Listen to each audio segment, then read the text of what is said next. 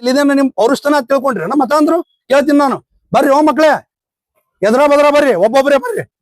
ಒಬ್ಬನಿಗೆ 25 ಮಂದಿ ಹೊಡಿತೀರಿ, ನಾಚಿಕ್ ಬರಂಗಲ್ಲ. ಹೊಟ್ಟಿಗೆ ಅನ್ನನೇ ತಿಂತೀರ ಅಂತ ನಾ ತಿಳ್ಕೊಂಡಿನಿ. ನೀವು ಅನ್ನ ತಿತ್ತಿದ್ರಪ್ಪ ಅಂದ್ರೆ ಇಂಥ ಕೆಲಸ ಮಾಡ್ತಿದ್ದಿಲ್ಲ. ಅನ್ನ ಬಿಟ್ಟು ಬೇರೆ ತಿಂತೀರ ಅಂತ ಇಂಥ ಕೆಲಸ ಮಾಡ್ತೀರಿ. ಇವತ್ತು ಭಾರತದ ದೆಹಲಿಯಲ್ಲಿ ಮೊನ್ನೆ ನಡೆದಂತ ಹೋಳಿ ಹುಣ್ಣಿಮೆ ಹಾಗೂ ಬಣ್ಣದ ಕಾರ್ಯಕ್ರಮದ ಅಂಗವಾಗಿ ಸಮಸ್ತ ರಾಷ್ಟ್ರ ಭಕ್ತರು ಬಣ್ಣ ಎರಚುವ ಕಾರ್ಯಕ್ರಮದಲ್ಲಿ ಭಾಗಿಯಾಗಿದ್ರು. ಬಹಳ ಶಾಂತಿ ಸೌಹಾರ್ದತೆಯಿಂದ ಹಬ್ಬ ನಡೀತಾ ಇತ್ತು. ದೆಹಲಿಯ ಒಂದು ಪ್ರದೇಶವಾದ ಉತ್ತಮ ನಗರ್ ಅಲ್ಲಿ ಒಂದು ಯುವತಿ 10-11 ವರ್ಷದ ಒಬ್ಬ ಮುಗ್ಧ ಯುವತಿ ಮನೆಯ ಮೇಲೆ ನಿಂತು ಒಂದು ಬಲೂನ್ ನಲ್ಲಿ ಬಣ್ಣದ ನೀರನ್ನು ಹಾಕಿ ಮೇಲೆ ನಿಂತು ಒಗಿತಾ ಇದ್ಲು. ಆ ಸಂದರ್ಭದಲ್ಲಿ ಅದೇ ಓಣಿಯ ಒಬ್ಬ ಮುಸ್ಲಿಂ ಮಹಿಳೆ ಬುರ್ಕಾ ಹಾಕೊಂಡು ಅಲ್ಲಿಂದ ಹೋಗ್ಬೇಕಾದ್ರ ಆ ಮ್ಯಾಲಿಂದ ಪುಗ್ಗ ಬಿದ್ದು ಅವಳಿಗೆ ಬಣ್ಣದ ನೀರು ಸಿಡಿತದ. ನಾನು ಕೇಳಲಿಕ್ಕೆ ಇಚ್ಛೆ ಪಡ್ತೀನಿ, ಏನ್ ಅನ್ಯಾಯ ಆಯ್ತು?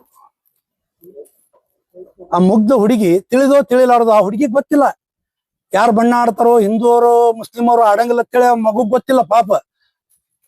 ಆದ್ರೂ ಕೂಡ ಮನೆಯವ್ರು ಏನಾಗ್ಯದ, ಆ ಬುರ್ಕಾದ ಹೆಣ್ಮಗಳಿಗೆ ಬಣ್ಣ ಸಿಡಿದ ಮೇಲೆ ಕ್ಷಮೆ ಕೇಳ್ಯಾರ. ಕ್ಷಮೆ ಕೇಳಿದ್ರು ಕೂಡ ಎಂತ ಒಂದು ನಿರ್ದಯಿ ಜನ ಇರ್ತಾರಪ್ಪ ಈ ಭೂಮಿ ಮೇಲೆ ಅನ್ನೋದಕ್ಕ ಇದೊಂದು ಉದಾಹರಣೆ ಅಂತ ಹೇಳ್ತೀನಿ ನಾನು.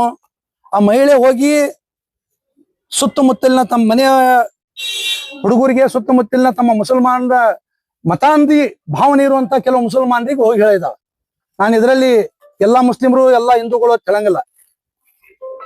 ಆ ಯುವಕರು 20-25 ಜನ ಯುವಕರು ಬಂದು ಆ ಮನೆಯಲ್ಲಿರುವಂತ ಒಬ್ಬನೇ ಏಕೈಕ ಪುರುಷ ದುಡಿಯುವ ಹಿಂದೂ ದಲಿತ ಕುಟುಂಬದ ಹುಡುಗ ತರುಣ್ ಕುಮಾರ್, ಅವನನ್ನ ಕಬ್ಬಿಣದ ರಾಡು ಬಡಿಗೆ ಕಲ್ಲುಗಳಿಂದ ಹೊಡೆದು ಹಿಗ್ಗಾಮುಗ್ಗ ಹೊಡೆದು ಜೀವ ತೆಗಿತಾರ ಅಂದ್ರೆ ಎಲ್ಲಿ ಹೋಗ್ತಾ ಇದೆ? ಯಾಕೆ ಇವರಿಗೆ ಡಾಕ್ಟರ್ ಬಾಬಾ ಸಾಹೇಬ್ ಅಂಬೇಡ್ಕರ್ ಅವರ ಸಂವಿಧಾನದ ಮೇಲೆ ನಂಬಿಕೆ ಇಲ್ವಾ? ಆ ಕಾನೂನನ್ನ ನೀವು ಗೌರವಿಸಲ್ವಾ? ಸರ್ ತನ್ಸೆ ಜುದಾ ಅನ್ನೋ ಕಾನೂನನ್ನು ಗೌರವಿಸ್ತೀರಾ? ಭಾರತದಲ್ಲಿ ಇರುವಂತಹದ್ದು ಡಾಕ್ಟರ್ ಬಾಬಾ ಸಾಹೇಬ್ ಅಂಬೇಡ್ಕರ್ ಅವರ ಸಂವಿಧಾನವೇ ನಮಗ್ ಶ್ರೇಷ್ಠ. ಇಲ್ಲಿ ಶರಿಯಾ ಕಾನೂನು ನಡೆಯಂಗಿಲ್ಲ, ತಿಳ್ಕೊಂಡ್ಬಿಡ್ರಿ.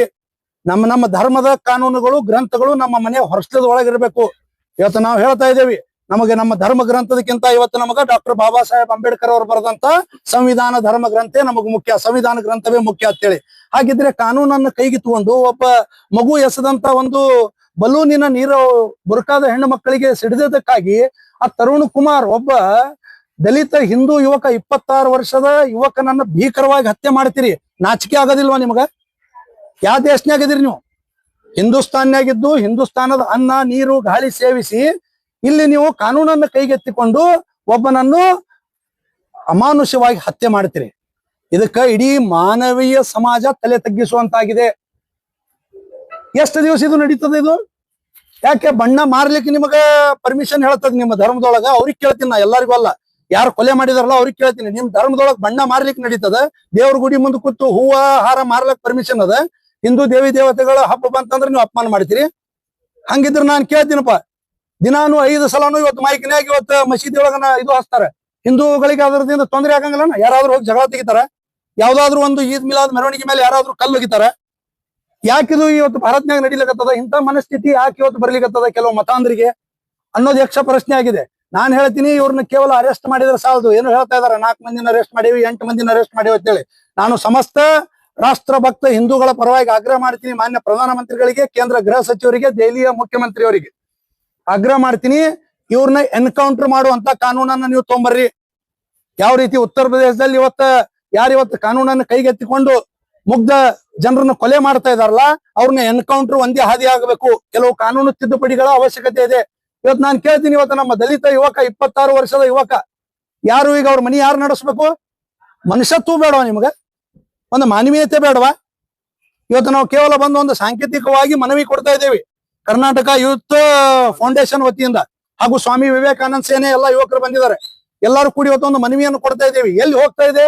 ಮಾನ್ಯ ರಾಷ್ಟ್ರಪತಿಗಳು ಇದರಲ್ಲಿ ಮಧ್ಯಸ್ಥಿಕೆ ವಹಿಸಬೇಕಾಗ್ತದ, ಕೇಂದ್ರ ಸಚಿವರು ಮಧ್ಯಸ್ಥಿಕೆ ವಹಿಸಬೇಕಾಗ್ತದ, ಗೃಹ ಸಚಿವರು ವಿಶೇಷ ಕಾಳಜಿ ತಗೋಬೇಕಾಗ್ತದ. ಕೇವಲ ಅರೆಸ್ಟ್ ಮಾಡೋದ್ರಿಂದ ಈ ಸಮಸ್ಯೆ ಇಲ್ಲಿಗೆ ನಿಂದ್ರಂಗಿಲ್ಲ. ನಾಳೆ ಈ ಕೊಲೆ ಇದು ಕೊಲೆ ಅಂತೇಳಿ ಯಾರಾದ್ರೂ ಹೇಳ್ರಿ ನೋಡೋಣ. ಇನ್ನು ಮುಂದೆ ಯಾವುದೇ ದೇಶನಾಗ ಇಂತ ಕೊಲೆ ಆಗ್ಲಿಕ್ಕೆ ನಾವು ಬಿಡಂಗಿಲ್ಲ ಅಂತೇಳಿ ಇವತ್ತು ದೇಶದ ಪ್ರಧಾನಮಂತ್ರಿಗಳು ಹೇಳ್ಬೇಕಾಗ್ತದ, ದೆಹಲಿಯ ಮುಖ್ಯಮಂತ್ರಿಗಳು ಹೇಳ್ಬೇಕಾಗ್ತದ. ನಮ್ಮ ದಲಿತ ಸಂಘಟನೆಗಳಲ್ಲಿ ನಾವು ವಿನಂತಿ ಮಾಡ್ಕೋತೀನಿ, ನಮ್ಮ ದಲಿತ ಸಹೋದರನ ಹತ್ಯೆ ಆಗಿದೆ ಇವತ್ತು. ಈ ಜಿಹಾದಿ ಮನಸ್ಥಿತಿಯವ್ರು ಇನ್ನೂ ಎಷ್ಟು ಮಂದಿ ಅದಾರ ಇಂಡಿಯಾದಾಗ? ನಾನ್ ಕೇಳಲಿಕ್ಕೆ ಇಚ್ಛೆ ಪಡ್ತೀನಿ. ಇವತ್ತು ಸಮಸ್ತ ರಾಷ್ಟ್ರ ಭಕ್ತರು ಇದನ್ನ ವಿರೋಧ ಮಾಡ್ಬೇಕಾಗ್ತದ. ಕೈಯಾಗ ಕಾನೂನು ತಗೊಂಡು ಐರನ್ ರಾಡ್ ತಗೊಂಡು ಅವನ್ನ 108 ಭಾಗಗಳಲ್ಲಿ ಹೊಡೆದು ಇವತ್ತು ಸಾಯಿಸ್ತಾರಂದ್ರೆ ಯಾಕೆ ಕಾನೂನು ಇಲ್ವಾ ಭಾರತದಲ್ಲಿ? ನಾಚಿಕೆ ಆಗಲ್ವಾ? ಇಂತ ಹೇಳಿ ಕೆಲಸ ಬಿಡ್ರಿ. ಒಬ್ಬ ಮನುಷ್ಯಾಗ 20-25 ಜನ ಕೂಡಿ ಹೊಡಿತೀರಿ. ಅವ್ನ್ ಜೋಡಿ ಇದ್ದಂತ ಸನ್ನಿಯನ್ನು ಹುಡುಗಕ್ಕೆ ಸಿಕ್ಕಾಪಟ್ಟಿ ಗಾಯ ಆಗ್ಯದ. ನಾಚಿಕೆ ಆಗಂಗಿಲ್ಲ. ಇದೇನ ನಿಮ್ ಪೌರುಷನ ತಿಳ್ಕೊಂಡ್ರಿ ನಮ್ಮ ಮತ ಅಂದ್ರು?